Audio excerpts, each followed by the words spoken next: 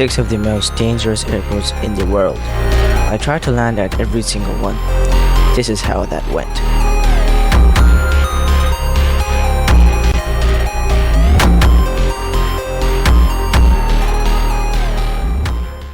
Okay, so quick rules.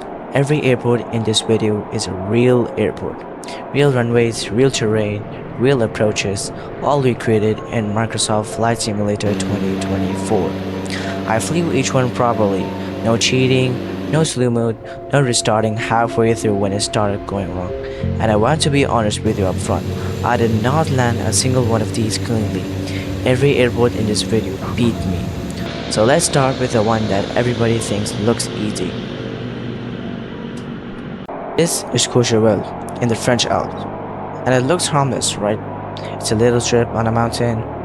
Except that runway is 537 meters long. For your reference, a normal runway is about 2,000. And it isn't flat.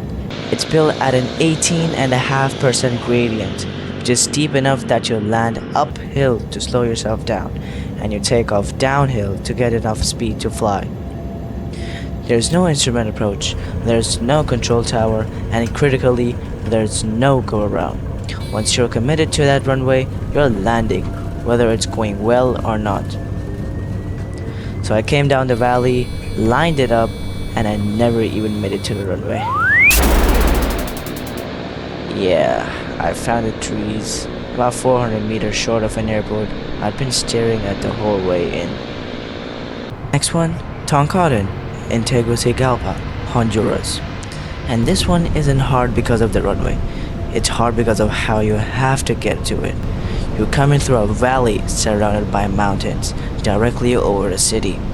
And then seconds before touchdown, and I mean seconds, you have to throw the aircraft into a 45-degree bank to line up with the runway. Airline pilots need special training just to fly in here. I took an A320 into it in EasyJet colors, which, to be completely clear, is an airline that does not fly to Honduras. It does now. And I turned late, which meant I had to overcorrect, which meant by the time I was actually pointed at the runway, I was fast, I was high, and I was completely unstable. Don't think. I ended up on somebody's roof next to a motorway. Generally, if you look at the buildings around it, that plane traveled a long way past where it was supposed to stop. Kansai International in Osaka Bay, Japan. This airport shouldn't exist. There was no land available, so they built an island, an entirely artificial island, in the middle of the sea for around $20 billion. It's one of the most expensive airports ever constructed.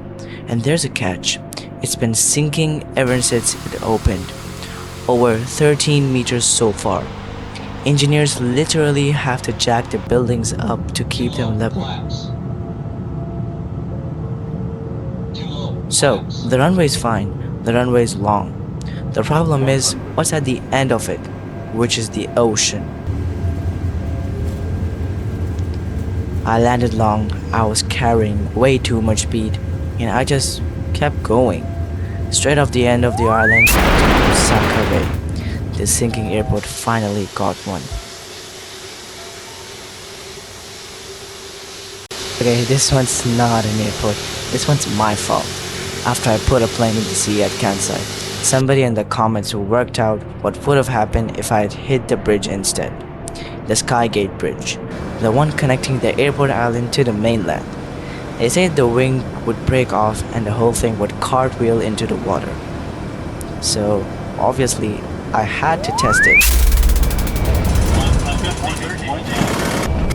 And my favorite part of this entire video, as the aircraft is sinking into Osaka Bay with the passengers screaming in the background, the co-pilot says, "What a butter landing." What a butter smooth landing. And now, the one you've all been waiting for, Lukla, Nepal. Officially, it's Tenzing-Hillary Airport and is the gateway to Everest. It's widely called the most dangerous airport on Earth, and the numbers explain why. The runway is 527 meters It sits at 9,300 feet, so the air is thin and your aircraft performs badly. It's on an 11.7% slope. One end is a mountain wall, the other one is a cliff. A 2,000 drop straight into a valley. And again, no go around. If your approach is bad, that's not a problem you can fix. You're landing.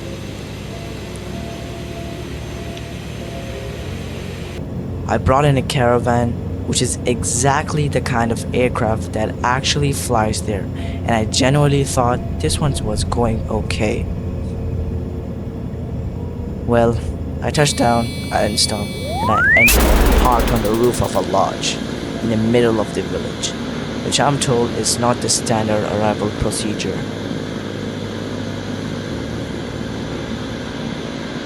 So after all that, I had one idea left, and I think we've already established what happens when I get near an A320. People say you can't land an airliner at Lukla, and they're right. An A320 needs somewhere between 1,500 and 2,000 meters of runway to stop. Lukla has 527. It's not difficult, it's mathematically impossible. Of course, I tried it anyway. The wingtip caught a building on the rollout and the aircraft spun 180 degrees and ended up upside down, hanging half of the edge of the mountain. I want to be clear that I technically arrived at the airport. So, 6 airports, 6 crashes.